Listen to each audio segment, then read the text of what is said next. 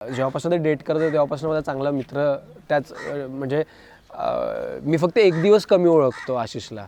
ती आशिषला काल भेटली आणि नेक्स्ट डे आशिषला मी भेटलो. त्याच्यानंतर आमची जी काय मैत्री झाली तिघांची. सो मैत्री किती महत्त्वाची असते आणि मैत्री जर रिलेशनशिपमध्ये असली तर तुमचं रिलेशनशिप किती चांगलं ग्रो होऊ शकतं याच्या अराउंड कुठेतरी आमची स्टोरी प्ले होते. देवांश जरा माझ्यापेक्षा थोडं, जसं संचित म्हणून मी थोडासा लाऊड आहे, थोडासा एक्स्ट्रोवर्ट जास्त आहे.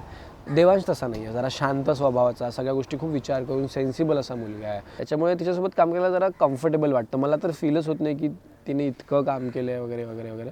मैत्री श्रीमंतीचा नाही, मनाचा मोठेपणा बघते. काय बाय. तुझी माझी जमली जोडी सन मराठीवर ही मालिका ऑन एअर्ड आहे ऑलरेडी. काही दिवसच झाले. देवांश जहागीरदार नावाचं कॅरेक्टर आहे माझं.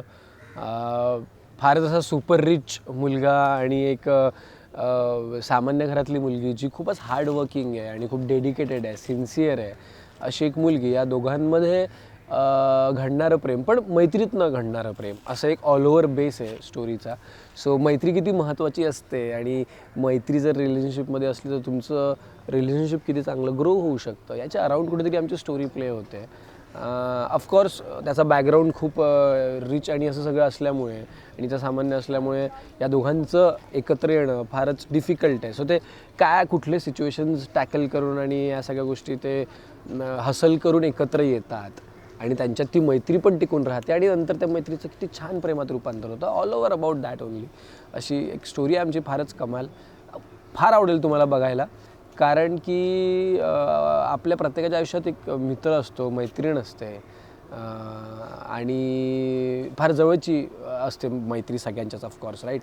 सो ही मैत्री किती चांगलं एका रिलेशनशिपमध्ये फक्त प्रेम नसून जर मैत्री असली तर रिलेशनशिप किती चांगलं ग्रो होऊ शकतं याच्याबद्दल हे ऑल ओव्हर कॅरेक्टर आणि आमचा विषय आहे.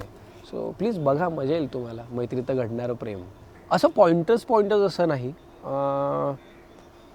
पण नेहमी मला असं वाटतं की मी ओरिजिनली जसा आहे संचित म्हणून, त्याच्यापासनं जरा लांबचे कॅरेक्टर्स मला प्ले करायला पर्सनली आवडतात.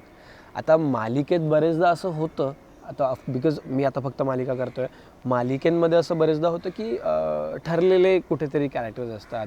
फारच रेअरली तुम्हाला ऑफ ट्रॅक किंवा असे जरा डार्क कॅरेक्टर्स प्ले करायला मिळतात. ते रेग्युलर बेसिसवर नाही मिळत. पण स्टील त्यातल्या त्यात माझ्या संचित म्हणून माझी जी पर्सनॅलिटी आहे त्या पर्सनॅलिटीच्या अपोजिटचे काय कॅरेक्टर्स असतील असे मी शोधण्याचा ऑफकोर्स प्रयत्न करतो. सो हा देवांश जरा माझ्यापेक्षा थोडं, जसं संचित म्हणून मी थोडासा लाऊड आहे, थोडासा एक्स्ट्रोवर्ट जास्त आहे. देवांश तसा नाही आहे, जरा शांत स्वभावाचा, सगळ्या गोष्टी खूप विचार करून सेन्सिबल असा मुलगा आहे. खूपच कंट्रोल्ड वागतो, एक्स्ट्रा बोलत नाही, एक्स्ट्रा बॉडी लँग्वेज वापरत नाही, एनर्जी वेस्ट करत नाही, असं सगळं ऑल ओव्हर त्याचं कॅरिकेचर आहे. फारच हायली एज्युकेटेड आहे, रिच फॅमिलीला बिलॉंग करतो वगैरे वगैरे. सो त्या काही गोष्टी होत्या ज्या मला असं वाटलं की संचितपेक्षा वेगळ्या आहे आणि मला हे प्ले करायला आवडेल, जिथे मला थोडंसं माझं काहीतरी इनपुट टाकता येईल ॲज अन ॲक्टर. सो हे असं मी बघतो की संचित म्हणून किती वेगळं कॅरेक्टर असेल. यार कमाल केमिस्ट्री आहे यार. म्हणजे स्नेहलताबद्दल सांगायचं झालं तर एकतर बऱ्याच वर्षापासून ती काम करते, खूप काम केलं आहे तिने. पण from first day on set तिने कधी असं फील नाही होती की ती कधी बॅगेज घेऊन फिरत नाही ती सेटवर. पण तिने खूपच फ्रेंड झोन असं क्रिएट केलं, नॉट विथ मी ओनली पण सगळ्यांबरोबरच. फारच फ्रेंडशिप झोनमध्ये असते आणि कम्फर्टेबल फील करून काम करायला मिळतं तिच्याबरोबर. आपले जे काही इनपुट्स असेल ते आपण बिंदास टाकू शकतो. असं होत नाही की अरे तो, कारण बरेचदा असं होतं की सिनियर ॲक्टर असलं की आपण खूप विचार करतो परफॉर्म करताना. आपले काही इम्प्रोव्हायझेशन किंवा आपलं काही इनपुट टाकायचं असेल तर आपल्या डोक्यात जरा थॉट असतं, अरे काय म्हणाल, काय विचार करेल. पण असं सगळं ती फीलच होऊ देत नाही, कारण तिने खूप सगळ्यांसाठी अशी खूप छान कम्फर्टेबल स्पेस क्रिएट करून ठेवली आहे. त्याच्यामुळे तिच्यासोबत काम करायला जरा कम्फर्टेबल वाटतं. मला तर फीलच होत नाही की तिने इतकं काम केलं आहे वगैरे वगैरे वगैरे, कारण ती असं फीलच होत नाही ऑल ओव्हरच. आणि खूप चांगल्या गोष्टी पण एक्सचेंज होतात, अबाउट क्राफ्ट म्हण की अबाउट लाईफ म्हण. खूप चांगलं काहीतरी ऐकायला आणि शिकायला मिळतं. सो मजा येते. आणि मस्ती तर ऑफकोर्स आहेच. मस्ती तर म्हणजे ती करतेच, तिचा आहे स्वभाव थोडासा मस्तीखोर. सो हे आमचं असं नोकझोक हे सगळं सुरू असतं थोडंसं. स्वानंदीबरोबर ना एक वेगळाच बॉन्ड क्रिएट झाला ड्युरिंग दॅट शो. तर तो शो माझ्यासाठी आत्तापर्यंतचा माझा सगळ्यात वेगळा शो होता. एकतर सिटकॉम होता मराठी, बाकी सगळे प्रॉपर डेली सोप होते.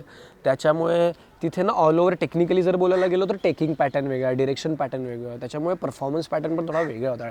मेलो नव्हतं. तर परफॉर्म करायला जरा वेगळं होतं. स्वानंदीचा तो जॉनर आहे कुठेतरी आणि तिने तशा प्रकारचं काम केलं, त्याच्यामुळे तिच्याकडनं मला खूप काही शिकायला मिळालं. त्या फॉर्मचं, त्या पद्धतीचं काम शिकायला मिळालं. आणि रिसेंटली लग्न झालं. आशिष तिचा हजबंड, तो पण माझा जेव्हापासून ते डेट करतो तेव्हापासून माझा चांगला मित्र. त्याच म्हणजे मी फक्त एक दिवस कमी ओळखतो आशिषला. ती आशिषला काल भेटली आणि नेक्स्ट डे आशिषला मी भेटलो. त्याच्यानंतर आमची जी काय मैत्री झाली तिघांची, कमाल मैत्री झाली आणि खूप एक्सायटेड होतो मी त्या दोघांना एकत्र बघायला. फायनली लग्न झालं, मी सुट्ट्या काढून गेलो होतो आणि माझ्यासाठी एक खूपच प्रेशियस मुवमेंट होता तो की ते दोघं फायनली एकत्र येत आहेत. आणि ते सगळं इतकं असं झालं आहे ना सगळं, मला रिअलाईजच होत नाही की एक वर्ष वगैरे झाला त्याच्या आधी तर आम्ही भेटलो होतो. त्याच्या काही महिन्यानंतर आशिष भेटला आणि मग फ्रेंडशिप झाली आमच्या तिघांची, त्यांची ऑफकोर्स. आणि मग सगळ्या गोष्टी अशा घडून आता ते एकत्र आहेत. सो मी वाट बघतोय ते कधी पुण्यावरनं परत येतील आणि आम्ही परत भेटू. कारण आत्ता काही दिवसाआधीपर्यंत लग्न झालं नव्हतं, त्याच्यामुळे ते कपल होते माझ्यासाठी, पण आता ते ऑफिशियल कपल आहे. सो भेटायचं आहे त्यांना लवकर. आणि लग्न तिचं लग्नाची ती मी वाटच बघत होतो. कधी लग्न होणार, कधी संगीत होणार, कधी मी परफॉर्म करणार. सो या. ओके, मालिका मला कधी आता काय वेळ आहे मालिकेची? सो मालिका आमची सन मराठीवर तुझी माझी जमली जोडी रोज रात्री 10:30 वाजता लागते, सोमवार ते शनिवार. आणि संडेजला कधी कधी महा एपिसोड पण असतात. सो प्लीज रात्री 10:30ला तुमचं सगळी कामं आटपून छानपैकी जेवण वगैरे करून सन मराठी लावा 10:30ला आणि मालिका बघा. 10:30लाच नाही, बाकीच्या पण मालिका बघाच, पण 10:30ला आवर्जून तुझी माझी